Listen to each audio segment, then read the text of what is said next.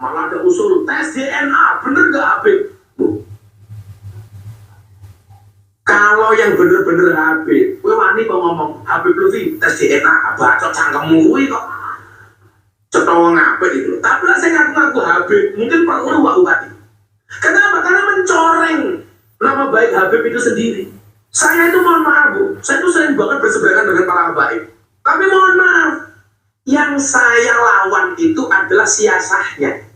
Karena bagi saya, bedakan antara kiai dengan Habib.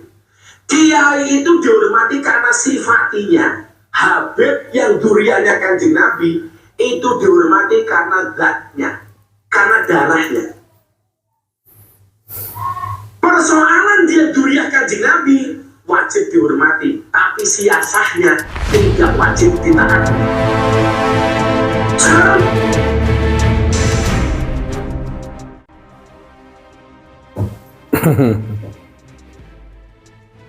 itu tadi Gus Miftah, pengasuh Majelis Taklim Bahrul Furuj.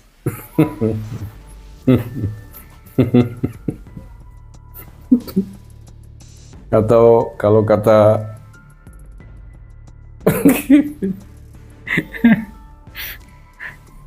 teman saya yang lain, pondok pesantren Sabilul Zakar.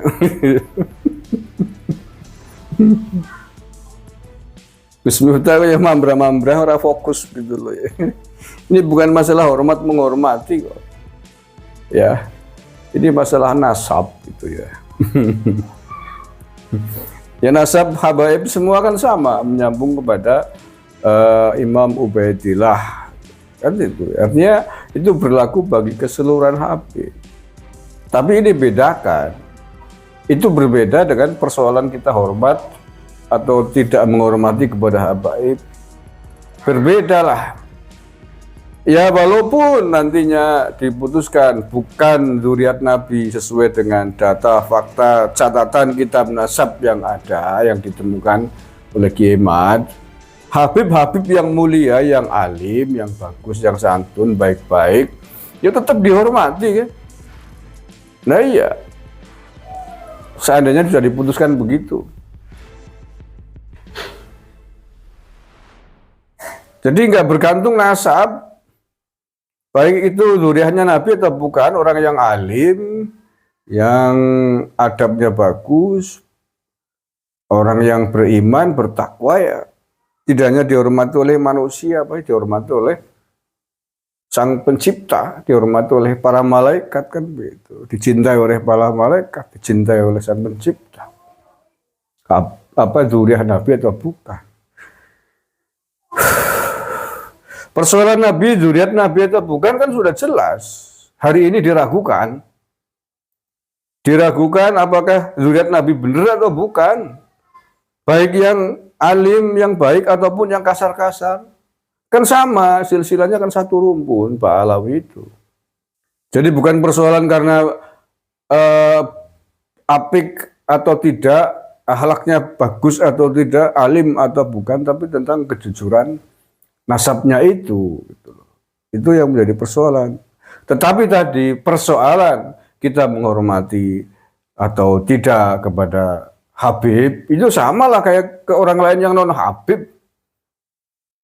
Bahkan ke orang lain yang non zuriat Nabi, kalau emang orangnya baik, akhlaknya baik, berilmu, alim, kita wajib menghormatinya, keturunan siapapun. Kan begitu. Jadi jangan dicampur aduk, Mas. Jangan dicampur aduk. Itu urusan yang berbeda. Kalau persoalan hormat menghormati, ikut mengikuti, itu kita sudah khatam sejak lama. Siapapun orangnya yang tadi yang alim, yang baik, memang layak menjadi panutan tokoh, ya kita ikuti. Zuriatnya siapapun. Baik itu Habib atau bukan, baik itu zuriat Nabi atau bukan.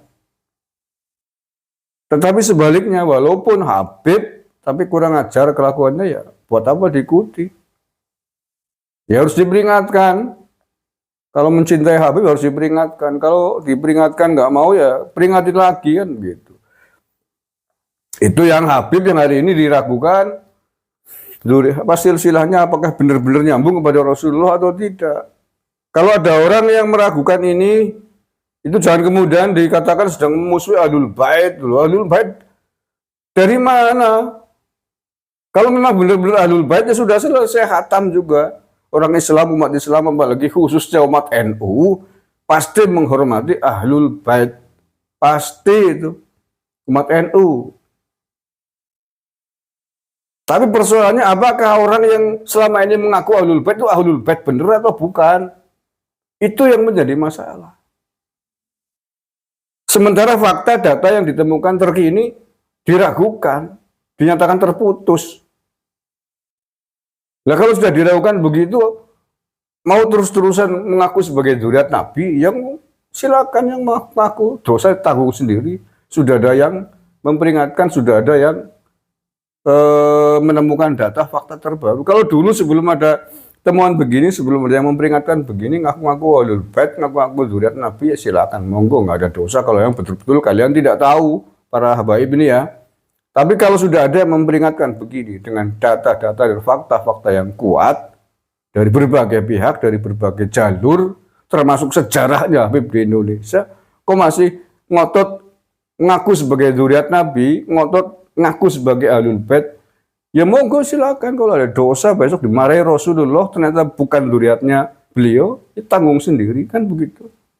Kita yang orang-orang yang normal, orang-orang yang berpikir, kita kan dikarunia akal pikiran sama Allah Subhanahu wa taala, sama Sang Pencipta, digunakan untuk berpikir. Keyakinan ada dasarnya. Ini kan ilmu nasab, sejarah. Sejarah tidak bisa diselesaikan dengan keyakinan. Sejarah ya pasti diselesaikan dengan data fakta yang ada. Makanya kan beliau Habib Lutfi kan sering mengingatkan kepada kita jangan sampai kepaten obor. Kepaten obor kan maknanya sejarah. Bagaimana kita harus menggali sejarah? Pentingnya sejarah karena terkait dengan masa depan, kan begitu. Makanya sejarah-sejarah yang tidak benar, sejarah-sejarah yang dibengkokkan oleh penjajah Belanda harus kita luruskan kembali. Harus kita benarkan. Agar sejarah itu benar, tidak disalahgunakan oleh orang lain.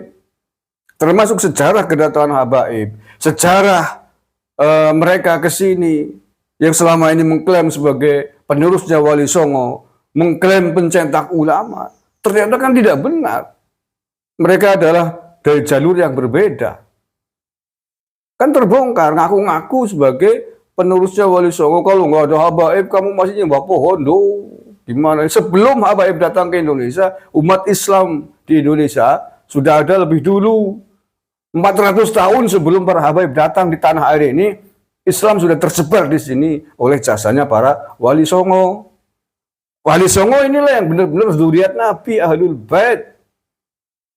Data faktanya ada komplit. Diakui tidak hanya di Indonesia, tapi juga di Nakoba-Nakoba Sada Ashraf di dunia Islam yang lain. Nah, sementara habaib mengaku mengklaim diri sebagai zuriat Nabi hanya di Indonesia, hanya Robito Alawiyah.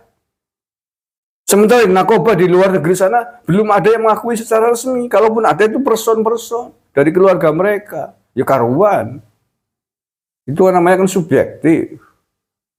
Nah terakhir diputuskan untuk tes DNA. Ya biar memastikan. Ya, kalau memang itu penting menyelamatkan umat, ya why not? Ya why not? Nah sekarang Gus Miftah coba deh minta mendesak kepada Robito Alawiyah untuk melakukan tes DNA. Ya kalau tidak mungkin seluruh habaib di Indonesia jumlahnya nggak tahu berapa puluh ribu, ya perwakilan lah dari pengurus penting di Robito Alawiyah, ketuanya, sekretarisnya, bendahara dan lain sebagainya, berapa orang rame-rame melakukan tes DNA demi keselamatan umat, demi keselamatan habaib sendiri. Loh iya. Untuk memastikan mereka selama ini mengklaim sebagai zuriat Nabi, apa ini jangan-jangan salah, jangan-jangan bukan.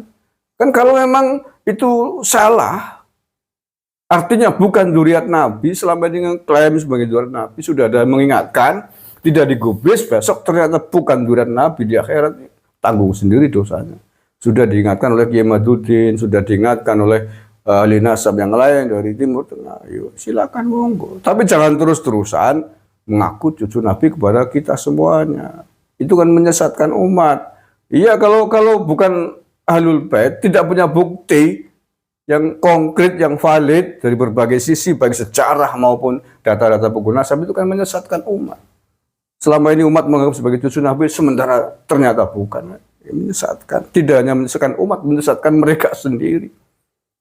Semangatnya yang bener lah, niatnya yang bener gitu loh. Niatnya yang bener, jangan. Jadi ini semangatnya adalah semangatnya adalah bagaimana kita menjaga kesucian Nabi. Justru sedang menjaga kesucian nama Rasulullah sendiri agar keturunannya tidak disalahgunakan, tidak dicaplok, tidak dipinjam, dicatut oleh orang-orang, oleh kelompok-kelompok yang tidak bertanggung jawab. Selama ini para habaib mengaku sebagai zuriatnya Nabi, mengaku sebagai Ahlul Bait. Kan begitu. Kalau memang begitu, ya dibuktikan. Maka karena ada data-data baru yang meragukan mereka, ya buktikan. Cari dalil, cari buku nasabnya, semua kalau perlu kerahkan para habib di seluruh Indonesia. Karena itu mengerikan. Mengerikan kalau ternyata bukan. Kok nggak mau menerima peringatan? Ya walau ala besok gebuk sama Kanjeng Nabi, ya bongkok. Salahnya siapa? Ya iya, harusnya berterima kasih kepada Kiai Imad loh, sudah ada yang nunjukin. Kok malah nuduh katanya kita sedang membenci Ahlul Bait, memecah belah, gimana sih itu? Nah terakhir Gus Miftah, coba deh sekali-kali Gus Miftah itu ngeritik para habib-habib itu yang kemarin suka jelek-jelekin GNU, yang jelek-jelekin Ansor Banser, yang nyumpahin Ansor Banser, yang nuduh Ansor Banser penjaga gereja, mereka kan itu. Coba deh diperingatin loh. Yang suka membuli antum. Lo antum beberapa kali dibully oleh mereka loh. Karena ceramah di gereja kan begitu, karena ceramah di itu majelis taklim Sabilul Zakar atau di majelis taklim Bahrul Furuj.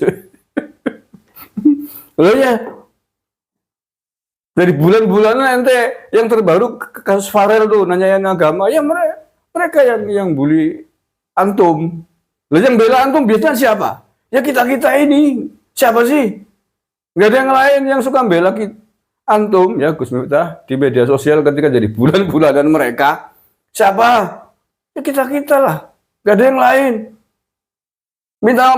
Minta dibela sama Habib itu yang ngaku cucu Nabi. Mana ada yang ada bully sampean. Loh, lah iya kepala terus-terusan menjelek-jelekan, menyudutkan, melemahkan teman sendiri sih bagaimana? Loh, jangan paninnya jakor kancane dewek begitu loh. Jangan beraninya sama teman sendiri, berani sama musuh itu loh. Loh, kalau berani sama teman sendiri siapa? Cemen namanya. Itu loh, Mbak Asim Mas Ngari remehkan sama bocil-bocil Habib, diam saja nggak dikomentari. Nah iya, Gus Yahya Stakuf dihina-dinakan, diremehkan sama bocil Habib, diam saja. Loh, gimana sih? Kiai NU dicurut-curutkan, dicoro-corokan, diam saja, nggak dikomentari. Takut apa gimana? Oh, apa takut kehilangan pasar? Allah karim. Lah ya teman sendiri tuh Gus Kiai Imad itu pengurus PBNU, ketua umum anggota pengurus LBM, Lajnah Bahsul Masail di PBNU. Senior dalam konteks keilmuan. Lah ya, orang masuk di LBM, PBNU pasti orang alim. Kalau antum ingin mencari kebenaran yang sebenarnya sejati, untuk menemukan ini kebenaran, antum tabayun sowan kepada Kiai Imaduddin Banten, mencari duduk persoalan sebenarnya apa sih yang terjadi. Kalau antum punya referensi, punya kitab nasab baru yang berbeda dengan apa yang ditemukan oleh Kiai Imad, dari bawah dong, diadu hujah di sana. Kan begitu, kok malah jelek-jelekin di luar, di panggung sih gimana? Orang satu rumah lah. Bikin malu, bikin emosi juga. Wis lah, assalamualaikum warahmatullahi wabarakatuh.